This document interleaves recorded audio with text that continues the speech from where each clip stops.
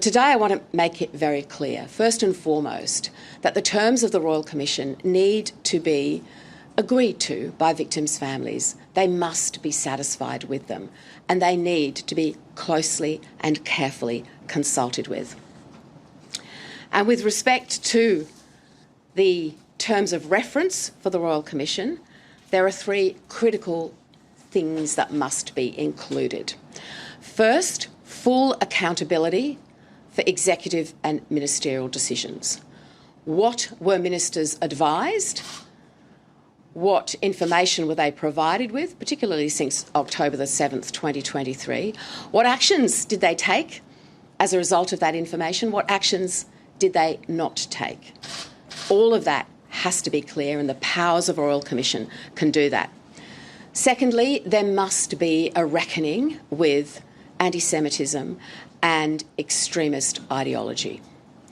The terms of reference must properly address the systemic rise of antisemitism in Australia, and they must include reference to radical Islamic extremism as well as far-left neo-Nazi extremism. Victims' families have been very clear about this. Anti-Semitism can't be rescoped or redefined. And thirdly, a Royal Commission has to have real powers and real voices, which is why our proposal has three commissioners. One, a person of a senior judicial individual. Also, a member of the Jewish community with experience and expertise in anti-Semitism. And the third Royal Commissioner must be a national security expert. And that's because the complex legal, community and security issues that this Royal Commission needs to cover demand those three experts be in charge of it. We have to, at this point in time, build public confidence.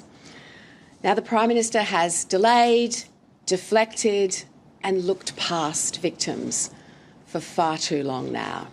Today is the day for the Prime Minister to step up, step out and announce this Commonwealth Royal Commission. But it must, as a starting point, have those three critical areas within its terms of reference. Australians are watching. Victims' families are waiting. And the time for leadership is now. What is the Prime Minister hiding and why is he not listening? Happy to take questions. Ms Ley, you've just listed a couple of things that are red lines for you. One of them you said, and this is a quote, must include reference to Islamic extremism as well as far-left neo-Nazi extremism. Do you see neo-Nazi activity as a left-wing movement? Well, these are political concepts about left-right, but what is most important is that radical Islamic extremism and neo-Nazi ideology, however people may choose to frame that in a left-right continuum, that they are included. And I say this because victims' families are demanding it. And if you have listened to the Prime Minister and his ministers over the last 3 weeks, they actually haven't confronted the issue of radical Islamic extremism in their language or their intentions. And it is absolutely vital that we do. And I want to remind Australians today of what I and my team have been saying all along, which is that if you practice radical Islamic hatred, if you incite violence, if you glorify terrorism, and you are not an Australian citizen, you will be deported. And if you are an Australian citizen, you will be arrested. Sorry, just to clarify there. Within the political spectrum, in your interpretation, are neo-Nazis far-left activists? Far-left and neo-Nazi extremism were the words that I used, yes. Ms Ley, do you think that terms of reference for a New South Wales Royal Commission could be expanded in a way that ensures that the presence and the accountability of federal entities and federal ministers it's within the borders of potential Well, no, I don't. And this is very clear and a critical distinction between a state-based Royal Commission and a federal Royal Commission. The first and most important point is, why would you not have a federal Royal Commission when anti-Semitism is a national crisis that covers all jurisdictions, all levels of society and reaches into every corner of this country when you listen to people's lived experience? And The Premier in New South Wales has said that he will call a New South Wales Royal Commission. We haven't seen the terms of reference, and it will be about the event and other matters. But it won't be what it needs to be with respect to our national security agencies, the national intelligence that they have received, the way that that has been transmitted to our federal ministers and our federal government, and the actions that they have or have not taken in response to that. These are all clearly matters within the purview of the federal government. And if we have so many Australians from so many walks of life with so much experience in areas which would demand that their opinions be listened to, who are calling for a Commonwealth Royal Commission, it still does beg the question, why is the Prime Minister not listening? Would you support one that, while it maintains an attachment to anti-Semitism and an attachment to the attack, departs in some substantial way from the terms of reference you've already proposed? Would you be able to support that?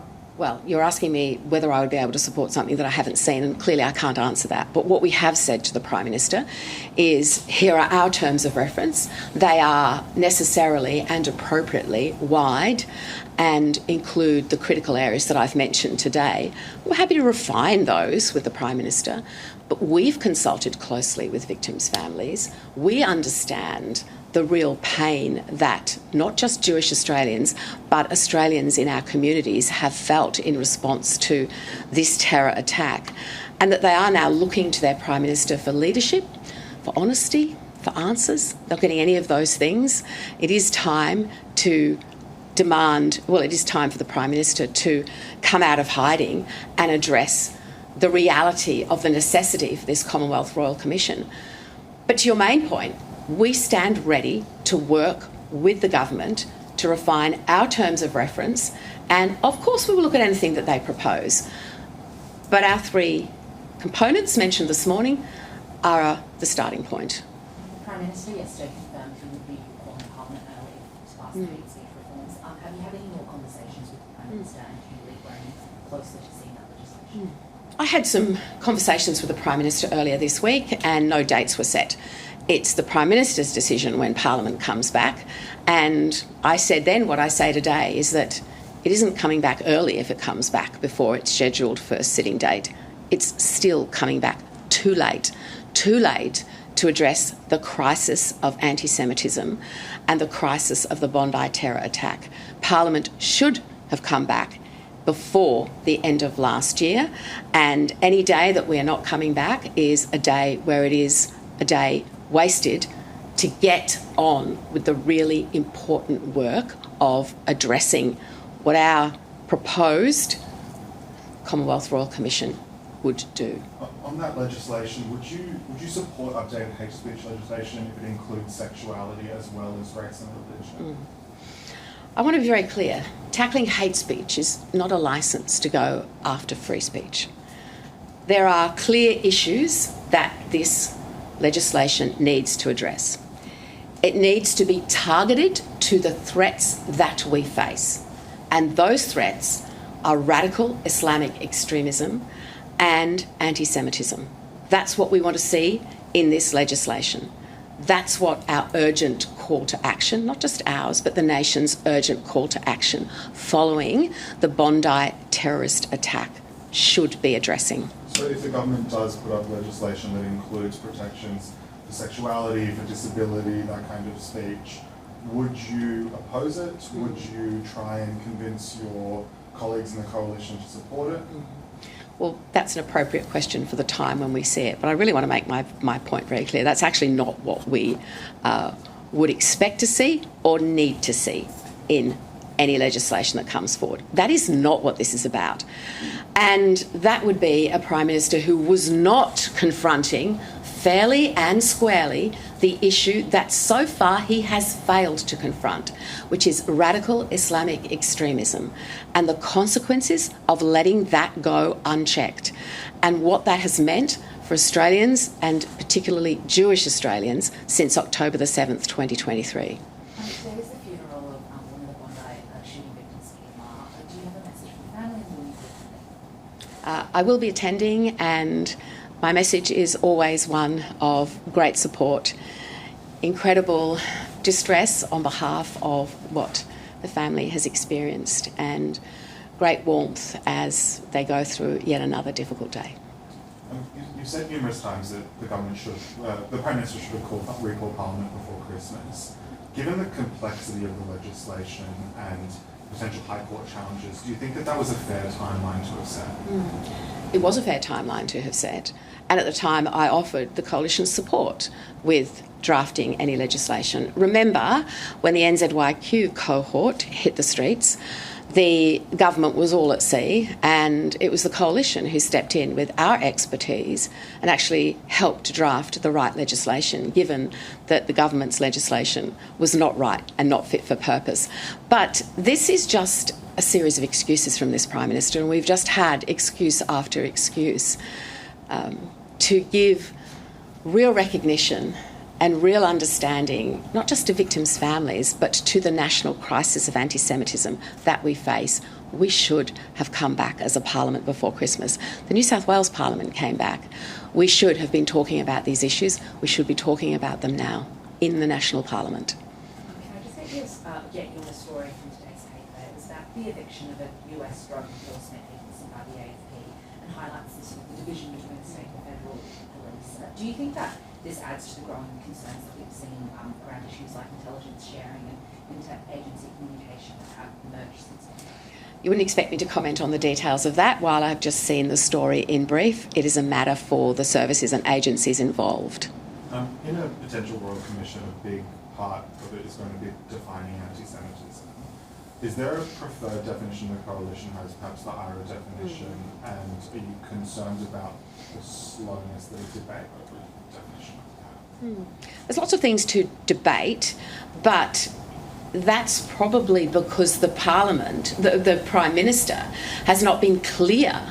And I'm giving him the opportunity to put forward the right legislation, the right terms of reference for a Commonwealth Royal Commission, the right changes to hate speech to reflect radical Islamic extremism and anti-Semitism, and that will include appropriate definitions. But one of the suggestions that we made with the comprehensive package that we also put forward over 3 weeks ago was that Gillian Seagull's position and what she has done as the anti-Semitism envoy be made a statutory body, and that be something that's ongoing and therefore works in every sector of Australian society with respect to anti-Semitism, because we haven't seen enough action when it comes to our university campuses, our arts bodies, civil society, and all of that work has been sitting, gathering dust on the Prime Minister's desk since Gillian Seagull released her report over 6 months ago. Last question. Just on a local issue, if I may, there are some calls from the Jewish community to memorialise the footbridge that was at the centre of the attacks, and calls to rename Archer Park until the beating on a general victim. Is that something you support, and do you think that's an appropriate way to? What I would say is that it's very important in any decisions that are made that the victims' families and those that experienced the horror firsthand be closely consulted. And I'm sure that the local council and the state government will be doing exactly that. Thank you.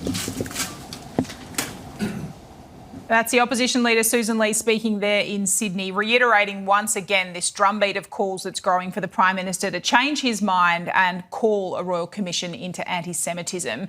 Our understanding is that that's not likely to be something that happens today, but the pressure is building and the Prime Minister's language shifting on that yesterday. As for the Opposition Leader, laying out the Coalition's framework of what they would like to see in terms of the details of this Royal Commission.